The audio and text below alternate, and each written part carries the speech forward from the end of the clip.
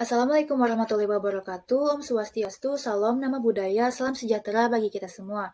Perkenalkan, nama saya Mega Gina Dewi Rahmawati dengan nomor NIM 21095111037 dari kelas A, Fakultas Kedokteran Hewan Universitas Udayana.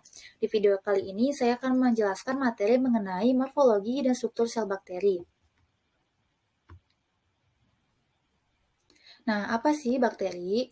Bakteri merupakan organisme mikroskopik uniseluler yang tidak memiliki membran inti sel yang dikenal sebagai sel prokariotik.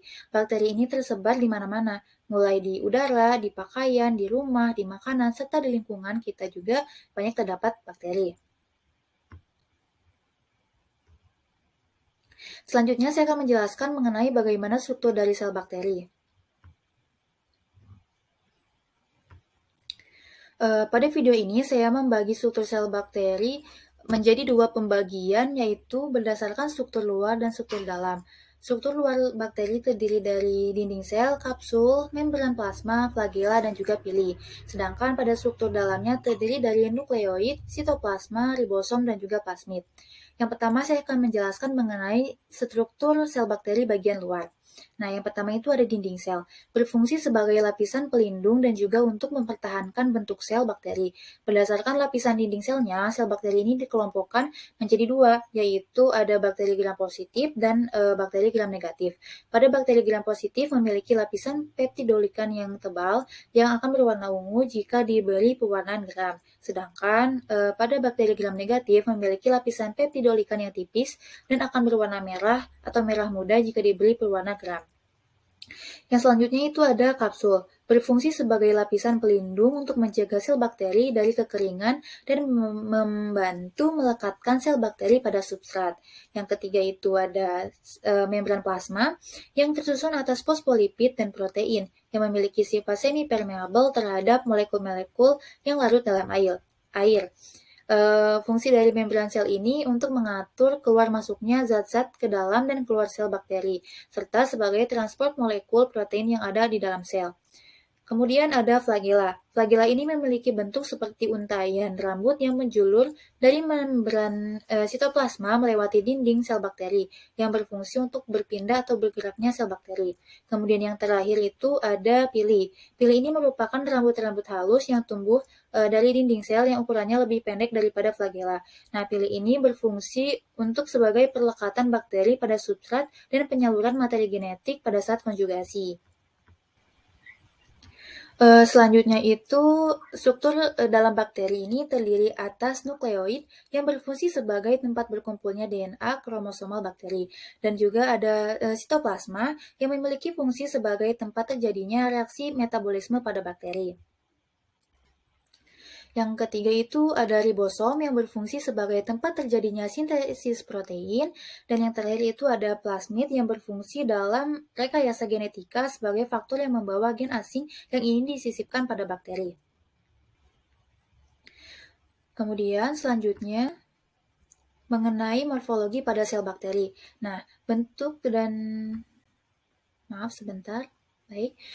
juga ukuran pada sel bakteri ini bermacam-macam. Yang pertama, saya akan menjelaskan mengenai bentuk dari sel bakteri. Nah, sel bakteri ini memiliki bentuk kokus yang pertama, yakni bakteri yang berbentuk seperti bola.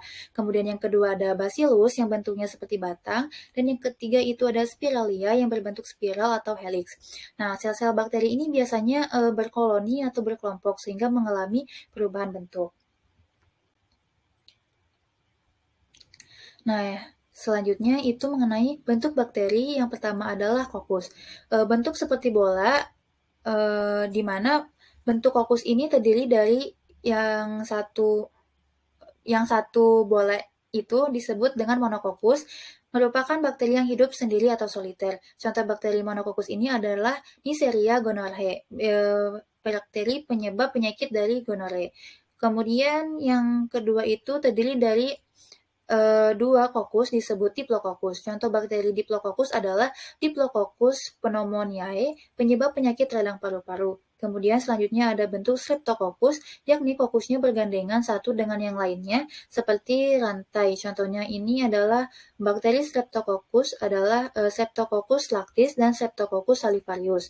Selanjutnya ada Tetracoccus, di mana bentuk bakteri ini mengelompok menjadi empat kokus. Contoh bakteri Tetracoccus ini adalah Pediococcus cerevisiae.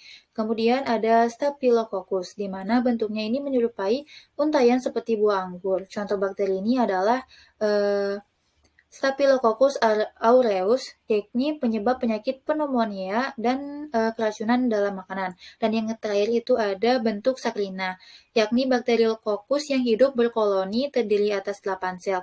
Bentuk Saccharina ini terjadi jika bakteri Coccus membelah diri pada 3 arah dalam suatu pola tertentu, membentuk penataan seperti kubus. Nah, contoh dari bakteri bentuk Saccharina ini adalah Saccharina ventriculi. Kemudian selanjutnya bakteri bentuk Bacillus. Nah, bakteri bentuk Bacillus ini berbentuk seperti batang yang terdiri dari yang pertama itu ada Monobacillus, yang terdiri dari satu bakteri bentuk basil yang hidup soliter atau sendiri-sendiri. Contoh bakteri monobacil ini adalah Escherichia coli yang membantu dalam pembusukan di dalam kolam atau usus besar. Kemudian yang kedua itu ada terdiri dari dua basil disebut dengan Diplobacillus. Contoh dari bakteri berbentuk Diplobasil ini adalah Renibacterium Salmoninarum dan Coxella burnetii. Kemudian yang ketiga itu membentuk seperti rantai memanjang disebut dengan Streptobacillus. Contohnya itu bakteri Streptobacil adalah Acetobacter Silinum yang digunakan dalam pembuatan nata de coco. Dan yang terakhir itu ada bakteri bentuk palisade, yakni bakteri yang menyerupai bentuk berjajar. Contoh bakteri palisade ini adalah Corynebacterium diphtheriae. Kemudian selanjutnya itu ada bakteri bentuk spirilium.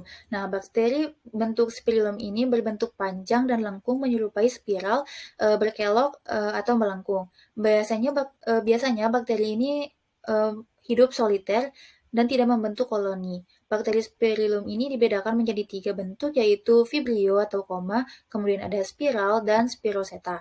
Yang pertama itu bakteri spiral atau spiralia, merupakan bakteri yang bentuknya melengkung lebih dari setengah lingkaran.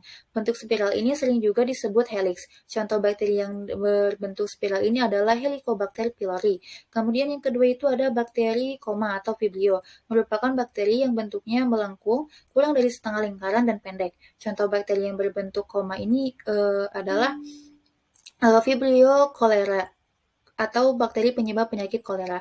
Dan yang terakhir itu ada bakteri Spiroseta yang merupakan kelompok bakteri berbentuk spiral dengan tekstur yang halus dan lentur yakni fleksibel, sehingga ketika bergerak tubuhnya dapat memanjang atau memendek. Contoh bakteri untuk Spiroseta ini adalah Theroponema pallidum, yakni bakteri penyebab penyakit sifilis.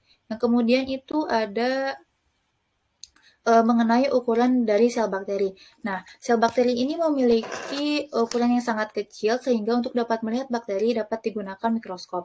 Rata-rata ukuran bakteri ini adalah 1-5 mikron. Baik, sekian presentasi dari saya. Mohon maaf apabila ada kesalahan. Terima kasih.